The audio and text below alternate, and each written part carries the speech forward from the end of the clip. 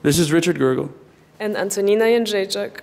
And this is the first in a series of video blogs and profiles on homeless high school students living at Covenant House Shelter in New York City.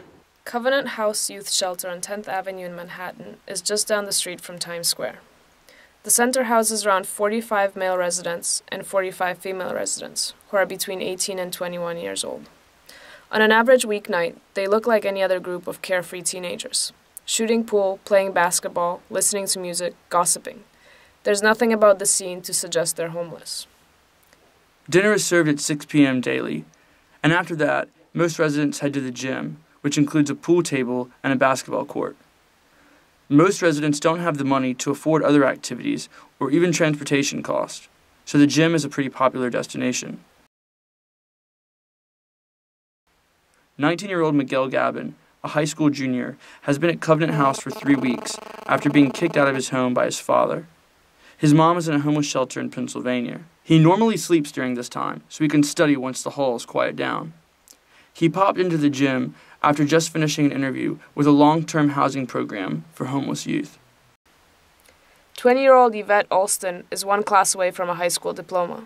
She's interested in writing and posts her poetry on the website poetry.com. She says it's a form of stress relief from being kicked out of her home by her grandmother 35 days ago. Though most residents have strained relationships with their parents, several have cell phones paid for by family members. Those with phones hold on to them dearly. Theft is a problem. 2 people told us they had their phones stolen. It's easy to get the sense that these phones represent one of very few lifelines to the outside world.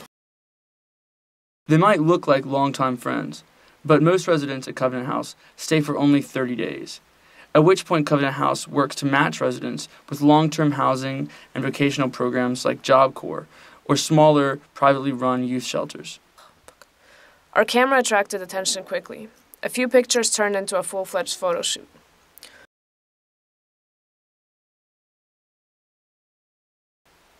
We met this girl, Shireen, who told us she was in school and wanted to speak with us. We scheduled an appointment to speak with her the following day, but like many appointments, we showed up to discover she wasn't around. We left our numbers with her, but we haven't heard from her since. This is Efrain Aponte. He's about to turn 20. He's a senior at Acorn Community High School in Brooklyn. He just learned that he was accepted into a vocational training program called Job Corps in Albany. He'll move to Albany in about 2 weeks. All residents must be on their assigned floor by 9:30 p.m. Girls share dorm-like rooms on one floor and guys on another, unless you don't get to spend the night. This 18-year-old woman tried to check into the shelter, but was turned away. 5 months pregnant, she was waiting alone at 9:30 at night for transport to yet another shelter she hoped would accept her.